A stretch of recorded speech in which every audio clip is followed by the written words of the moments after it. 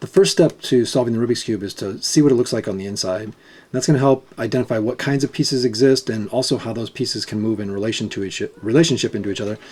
Some pieces actually can't move at all. So to take it apart, we'll pull one of the pieces out, and then the cube will start to fall apart.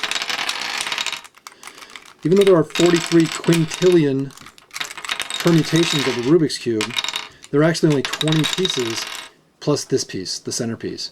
So the core of the cube, which is what holds the whole thing together, is a three-way vane, and then connected to it are 6 pieces that have a screw going through there with a spring in there, and that spring allows the pieces to move apart slightly, and that gives the cube a little bit of play so that you can turn it and pieces can be slightly misaligned and the cube still will turn very smoothly.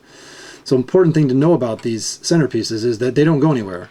So their relationship to the colors that surround them, for example, white is always opposite to the yellow, the orange is always opposite to the red, and the blue is always opposite to the green, and that could never change. And then the relationship to the colors that are not opposite them also remain the same all the time. So what's important about understanding the way that this cube turns is that you need to bring the pieces. There would be 8 pieces surrounding this centerpiece to make 9 total. You need to bring them to their centerpieces. So since the centerpieces can't move, you're going to bring everything to that particular one. It doesn't matter which color, they're all going to work the same. After the core and the centerpieces, which have only one color, then there are edge pieces, which have 2 colors, and the pieces that lock them in on the inside look like this. And the corners, which have 3 colors. So centers have 1, the edges have 2, and the corners have 3, and then they have a piece that locks them in under those center caps.